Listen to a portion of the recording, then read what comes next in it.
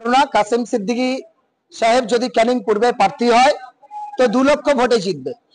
ফুরফুরা শরীফের পীরজাদা কাসেম সিদ্দিকী তিনি একসময় মমতা ব্যানার্জিকে বলতেন 14 তালা থেকে নামাবো নবান্ন। পরবর্তীকালে ফুরফুরা শরীফ এবার মমতা ব্যানার্জি গ্রেফতারি করতে গেলেন, ওনার সঙ্গে উনি মিশে গেলেন, বিভিন্ন গ্রেফতারি পার্টি ওনাকে দেখলাম।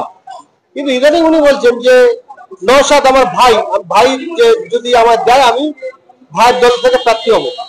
ভাওর থেকে এক ভাই দাঁড়াবে, এক ভাই ক্যানিং পূর্ব থেকে দাঁড়ালে ক্যানিং পূর্বের মানুষকে আমি অক্সিজেন দেবো, ক্যানিং পূর্বের মানুষের অক্সিজেনের অভাব। কি বলবো? দেখুন, আমার যেটা বক্তব্য, কাসেম সিদ্দিকী সাহেব যে কথাটা বলেছে 100% আমি সমর্থন জানাই। শুধু কাসেম সিদ্দিকী বলে নয়, টোটাল ফুরফুরা দরবার শরীফের অন্যান্য যে সমস্ত পীরজাদা বা পীর সাহেবগণ আছেন সবার কাছে আপনাদের মাধ্যমে আমি বার্তা দিতে চাই, বর্তমান পরিবেশ পরিস্থিতি ভারতবর্ষে যে জায়গায় এসে দাঁড়িয়েছে, ক্যান্সার কি রোগ, তার থেকে ভয়ঙ্কর রোগ হলো হিংসা। এই হিংসা রাজনৈতিক হিংসা ছড়াচ্ছে এবং ধর্মীয় হিংসা ছড়িয়ে মানুষের মধ্যে বিভাজন তৈরি করছে। সে জায়গায় দাঁড়িয়ে একদিকে যেমন পীর সাহেব পীর জাদাদের রাস্তায় নামা উচিত এবং ভাই হয়ে তো ভাইয়ের পাশে দাঁড়ানোটা এটা মানবিক কর্তব্য, সেই কথাই বলেছে। তার সাথে সাথে অন্যান্য যে সমস্ত মানুষ তাদেরও বর্তমান পরিস্থিতির উপরে দাঁড়িয়ে বেশি করে রাজনৈতিক জায়গাটাও আসাটা দরকার, কারণ দেশের শাসন ব্যবস্থা শোষণ ব্যবস্থাটা ভয়ঙ্কর খারাপ জায়গায় এসে দাঁড়িয়েছে। মানুষ সুস্থভাবে চলাফেরার মতো পরিবেশ পরিস্থিতি আর নেই।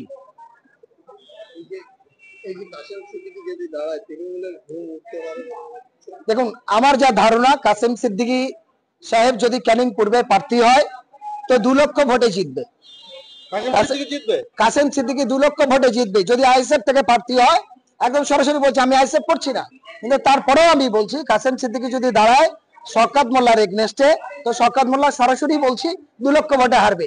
যদি অবাধ সুষ্ঠু নির্বাচন হয় তাহলে ওখানে তৃণমূলের নির্মূল হয়ে যাবে, বুথে বসার মতো লোক খুঁজে পাবে না।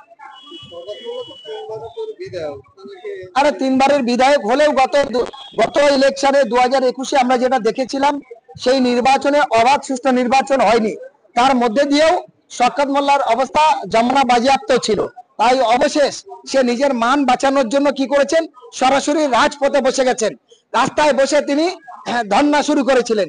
তারপরে তারই কাছের মানুষ যখন বললেন যে আমাদের তো 205টা সিট হয়ে গেছে, তখন অলরেডি ভাবে গিয়ে গালাগালি করে ওর বিরোধী যারা ছিল আইএসএফ থেকে যারা যে সমস্ত পোলিং এজেন্ট ছিল তাদের সঙ্গে বাজে ল্যাঙ্গুয়েজ করে, মানে গালাগালি করে, খিস্তি খাস্তি করে, ধাক্কা ধুক্কা দিয়ে বার করে দিয়েছে। ফলে এক নয়তন্ত্র রাজ তারা পরিবেশ তৈরি করছে। যদি শওকত মোল্লার ক্ষমতা থাকতো বা তৃণমূল যদি গণতন্ত্র মানতো বা নেত্রীদের যদি গণতন্ত্র পরিবেশ থাকতো, তাহলে অবাধ সুষ্ঠু নির্বাচন করে দেখায়। ভাঙড় কেন আর ক্যানিং পূর্ব কেন, সারা পশ্চিমবঙ্গে তৃণমূলের অস্তিত্ব বিহীন হয়ে যাবে। আপনি তাহলে বলতে যাচ্ছেন যে 2021 সালে যে শওকত মোল্লা জিতেছেন সেটা ওটা জেতা নয়, তাহলে কিভাবে? একদম 100% সেটা সঠিক নির্বাচন নয়, সেটা গোলযোগের মধ্যে দিয়ে তার জিতটা হয়েছে, সঠিকভাবে জিতটা হয়নি। আপনি কিসের উপরে ভিত্তি করে এটা বলছেন? দেখুন, গণতান্ত্রিক পরিবেশের জায়গা দাঁড়িয়ে বলছেন যে কথা, এটা তো আশ্চর্য ব্যাপার। 54,000 52,000 ভোটে শওকত মোল্লা জিতেছেন, সেই জায়গায় আপনি বলছেন জেতেননি। দেখুন, শওকত মোল্লা যদি সত্যিকারে 54,000 52,000 ভোটে জিততেন, তাহলে প্রথম কথা হলো রাস্তায় গিয়ে ধর্নায় বসে চিল্লাতো না কুকুরের মতো। দ্বিতীয় কথা, আবার ফের গিয়ে মানুষের ঘর বাড়ি ভাঙচুর করে আধার কার্ড ভোটার কার্ড কেড়ে নিয়ে সেখানে জ্বালিয়ে দিত না, ঘর বাড়ির জায়গা বাস্তবিকের জায়গা পুকুর কেটে দিত না। তার মানে দুর্বলতা আছে, হেরেছে, তার প্রমাণিত হয়েছে। তাই আগামী দিনে ভয়তে ধমকে চমকে যদি মানুষ ওর এগনেস্টে না রাস্তায় নামতে পারে তার জন্য। আর যদি একজন ভালো মানুষ হয়, তার পেছনে 5 গাড়ি পুলিশ কেন ঢুকবে? উনি কি মন্ত্রী? না উনি মন্ত্রিসভার সদস্য, না রাষ্ট্রসংঘের মেম্বার যে রাজ্যপালের পেছনে 5 গাড়ি ছোড়ে না পুলিশ? ওর জেড প্লাস থেকে শুরু করে বেঙ্গল পুলিশ থেকে শুরু করে জেলা পুলিশ থেকে শুরু করে সর্বত্র ভাবে 5টা করে গাড়ি নিয়ে ঘুরে বেড়াচ্ছে। তার মানে তার স্বচ্ছতা মনোভাব নেই, তাই একে ঘুরতে পারছে না। তাই ভয়তে তার জায়গাটা সে কমজোরি হয়ে গেছে।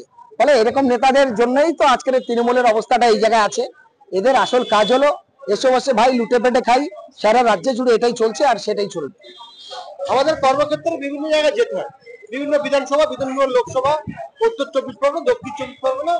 তো আমরা দেখেছি বিভিন্ন জায়গায় ঘুরে যে ক্যানিং পূর্ব বিধানসভা পানীয় জল, রাস্তাঘাট বিভিন্ন দিক থেকে উন্নতি, তারপরেও কেন মানুষ হারিয়ে দেবে? দেখুন, মানুষের উপরে বিশ্বাস রাখতে পারে না, মানুষের উপরে ভরসা রাখতে পারে না, মানুষের প্রতি ভালোবাসার ঐতিহ্য রাখতে পারে না। ভোট নেওয়ার আগে মানুষের সঙ্গে ভালো ব্যবহার করতে হবে। মানুষের ধমকে চমকে বম বন্দুক দেখিয়ে বিরোধী শূন্য অবস্থান করে কেউ মিটিং করতে পারবে না, মিছিল করতে পারবে না, কোনো ঝান্ডা লাগাতে পারবে না। এভাবে গণতান্ত্রিক পরিবেশ না। আমার যেটা বলার বক্তব্য, আমরা যেমন মানবাধিকার সংগঠনের কাজ করি, আমরা কোনো দল দেখি না, কোনো জাত দেখি না, কোনো ধর্ম দেখি না, তেমন একজন মানুষ ভোটে জেতার পর জনপ্রতিনিধি হিসাবে তিনি সংবিধানে যখন শপথ নেয় তখন তিনি বলেন আমি জাতি ধর্ম বর্ণ দল মত নির্বিশেষে সবার পক্ষে দাঁড়িয়ে কাজ করব। কিন্তু সেখানে এত ধমকানো চমকানোর মানেটা কি? তার মানে সে গণতন্ত্র বিশ্বাসিত নয়, সে মানুষের উপরে বিশ্বাস ভরসার জায়গা নেই, তাই তার ধমকে চমকে বোম বন্দুক ইত্যাদি নিয়ে দেখাতে হয়। আমরা ভাঙড়ে দেখেছি যতগুলো গন্ডগোল হয় তার জন্য 100-এর মধ্যে 95% দায়ী হলো শওকত মোল্লা। এই বহু প্রবেশকারী নিয়ে কি বলবেন? আইনটা হয়ে গেছে 1 মাস আগে, ইমিগ্রেশন অ্যান্ড ফরেনার্স অ্যাক্ট 2025, যেখানে বলা হয়েছে যারা পাসপোর্ট অ্যাক্ট ফরেন অ্যাক্ট অনুযায়ী যারা পাসপোর্ট ভিসা নিয়ে ভারতে ঢোকেনি এবং ভারতে এসে পাসপোর্ট ভিসা ভোটার কার্ড আধার কার্ড করেছে, এটা কবে থেকে, সেই 1952 সালের পর থেকে, তাদেরকে 10 লক্ষ টাকা ফাইন এবং 7 বছর জেল, এটা হলো মূল আইন। কিন্তু গতকালকে ভারতের ministry of home, Amit Shah দপ্তর একটা সার্কুলার দিয়েছে, যে সার্কুলারটা ভারতের প্রতিটি রাজ্য এবং প্রতিটি রাজ্য সরকার মানতে বাধ্য। প্রতিটি রাজ্যে প্রতিটি জেলায় জেলায় একটা করে টিম তারা করছে, সেই টিম মিনিস্ট্রি অফ হোম তার সঙ্গে কাজ করবে, তাদেরই একটা ডিপার্টমেন্ট ফরেন রেজিস্ট্রেশন ডিপার্টমেন্ট, সেই ডিপার্টমেন্ট থেকে সেই অঞ্চলের যত বাংলাদেশি আছে তাদেরকে এবং রোহিঙ্গা তাদেরকে চিহ্নিত করতে হবে, 30 দিনের মধ্যে চিহ্নিত করতে হবে, তাদেরকে ধরতে হবে এবং তাদেরকে দেশ ছাড়া করতে হবে। এটা সার্কুলার জারি করেছে, সেই অনুযায়ী কাজ শুরু হয়ে গেছে। এখন অনেকের প্রশ্ন যে এটা বুঝি মুসলমানদের, হিন্দুদের জন্য কিছু না, এটা 100% মিথ্যা কথা। তার কারণ সার্কুলারে লেখা আছে বাংলাদেশে। তো যদি আমরা মানুষ বলি, 4টে মানুষ এসেছিল, আমরা কি 4টে মানুষ মানে ছেলে মেয়ে সবাই, হিন্দু মুসলমান সবাই, তাই তো? সেরকম বাংলাদেশি মানে হিন্দু মুসলমান বোথ। যেরকম প্রচুর হিন্দু, আমারই এক ঘনিষ্ঠ লোকের কাছে 1956 সালের